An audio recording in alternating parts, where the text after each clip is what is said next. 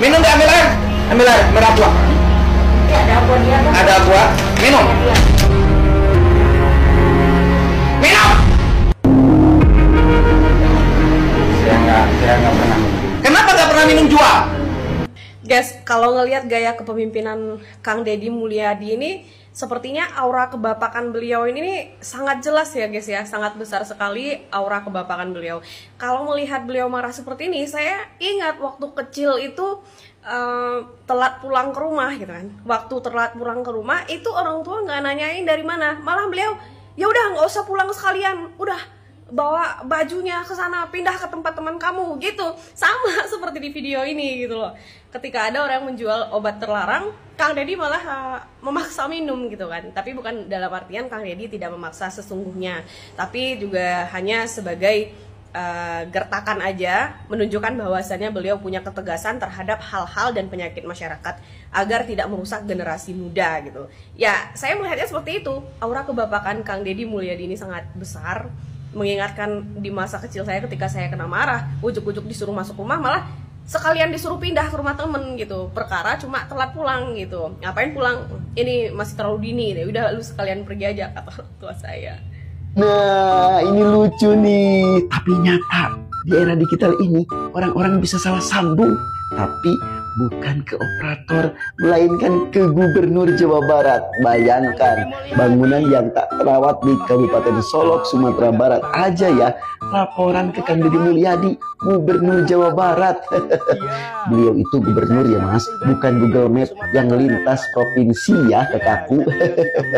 Nah sahabat, di tengah-tengah arus zaman yang tak henti-henti bergerak, mari kita menelisik makna di balik peristiwa, membaca dunia dengan ilmu, menafsir hidup dengan nilai, karena perubahan sejati lahir dari kesadaran yang tercerahkan.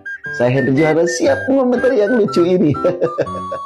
Nah, fenomena ini mungkin terlihat remeh, tapi sesungguhnya menyimpan pesan besar. Mengapa masyarakat dari berbagai provinsi justru curhat ke Kang Deddy? Bisa jadi karena gaya komunikasinya yang egaliter, merakyat dan responsif. Sebuah representasi kepemimpinan yang dirindukan, hadir, mendengar, dan menyelesaikan. Di saat sebagian pemimpin masih sibuk rapat yang tak selesai-selesai atau sibuk membuat konten tanpa konten, Kang Deddy justru turun tangan, bukan hanya turun status. Maka tak heran jika publik mulai lupa siapa gubernur di daerahnya. Tapi kok hafal akun TikTok Kang Deddy ya? Kalau dibiarkan terus nih, bisa-bisa beliau nih Kang Deddy ini didaulat jadi ketua Persatuan Gubernur se-Nusantara. Atau sekalian aja ya, the next Presiden Republik Kang Deddy Indonesia. Nah, menurut kamu ini bentuk kegagalan kepemimpinan di daerah lain atau bentuk keberhasilan komunikasi publik Kang Deddy Mulyadi? Tulis pendapatmu di kolom komentar, karena demokrasi itu bukan hanya memilih, tapi juga mengkritisi dengan elegan. Ini apa ini? Simpring sampo. Buatan mana? Buatan istri saya. Udah jadi dia bungkusan.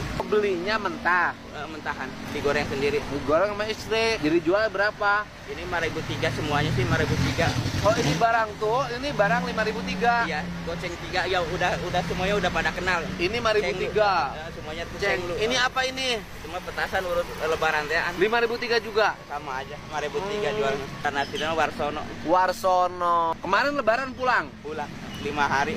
Indramayu.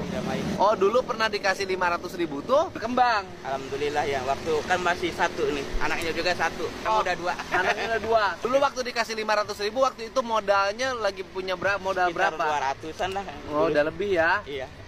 Sekarang modalnya udah 1 jutaan ya? Iya, 2 sih. Udah naik dong. Ini sehari ini udah kategori lagi laku apa lagi nggak laku? Ya lagi sepi sih, lagi sepi. 405 kalau yang sering nyatin 600 barang-barangnya lagi kosong sih, buah naga nggak ada kan. Oh ini lagi sepi. Buah naganya kan emang belum rame kak keliling kampung? Belum, sedang aja lagi. Kenapa lagi masih lebaran? Iya masih lebaran. Nggak laku dijual besok? Besok kan bau. Oh ini nggak laku dijual besok, ini basi? Iya. Oh kalau basi gini gimana nggak laku dijual besok? Kan tetangga, kalau bagiin kalau ke anak-anak itu yang kecil tetangga. Dikasihin ya. ke tetangga, nggak rugi. Tapi saya lihat sifatnya bagus. Karena nggak laku dibagiin tetangga. Padahal Amang tuh udah susah hidupnya. Jadi nu tadi seberahaan? Ya tadi 17.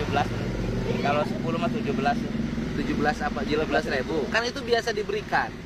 Ya gratis itu kan. Itu boleh digratisin? Bener. Beneran. Iklan. Bener nih. Beneran. Saya bayar ini satu aja. Ini satu berapa? Satu mah 2.000. 2.000. Saya bayar satu aja 2.000 Iya, boleh ya? Boleh, Bang. Oh, uangnya habis kayaknya. Iya, enggak apa-apa. Enggak apa-apa. 2.000. Punya enggak ya saya 2.000? 1.000, 2.000. Udah punya tuh. 2.000 ya? Ridho nih. Bener. Beneran itu. Bener nih. Bener, asli yang tadi digratisin sama orang-orang. Bener asli, bener. Baik amat. Ya. Jadi sekarang ketemu saya hanya bayar 2.000 nggak Iya, apa-apa. nggak apa-apa. Masih ingat sampai sekarang? Masih ingat. Kalau bantu orang kecil itu sepanjang hayatnya ingat. Kalau bantu orang gede nggak akan ada artinya 500.000. Bener nggak? Bener. Masih inget ya pemilihan bupati yang Iya. kedua dibantu 500.000. Waktu itu belum ada YouTube ya? Belum ada. Belum ada. Kalau rakyat kecil inget aja. Zaman dulu belum ada medsos ya. Alhamdulillah masih inget aja terus. Nuhun ya Pak ya. Alhamdulillah. Kemana? Mau ngambil motor di situ Pak. Ayo Pak. Ya, kasih. Ya, Pak. Kasih ya. Ini tasnya isinya apa itu? Tasnya ini ngekok nak. Oh. Uang ini mah Pak. Sekalipun Deddy Mulyadi yang mimpin Jawa Barat, warganya nggak bakal maju nih. Contohnya nih ya, tuh sampah di mana-mana ya. Tuh ini apa nih? Pampers. Tuh sampah berserakan coy. Gila. Ngaco. Aduh, ampun dah Jawa Barat. Nah, nanti Bapak kalau kemudian saya proses, saya minta polisi nangkep orang-orang yang motonginnya, Bapak bersedia jadi saksi? Iya. Oh, siap ya. Ya udah kalau saya ya udah pokoknya saya ya udah saya backup. Saya gubernur yang backup. Iya, gitu. Ya kalau saya sih udah saya mau minta proses hukum aja, Pak. Oh, itu jawab dia, beliau juga tidak, karena uang belum terpakai ya. Ya, perputaran uang yang kemarin media ke saya nanyain 200 kali 700 kendaraan, 200.000 kali 500 itu salah besar. Salah besar, Pak. Salah besar ya. Oke. Ya udah. Itu saya nggak mau, kan ada media, saya percayakan siapa ada berkisar di 11.200.000 ya. Itu angka segitu. Karena itu kan nggak berpatokan hanya 200.000, tidak juga. Ada yang 50.000, ada yang 100.000. Itu semuanya nggak flat. Ada yang ngasih juga ada Pak. Hah? Yang ngasih juga ada. Banyak Pak. Juga nyampe 200.000 semua Pak. Nggak ada. Nama saya MN, mengklarifikasi masalah kemarin dengan membuat surat pernyataan yang bertangan di bawah ini.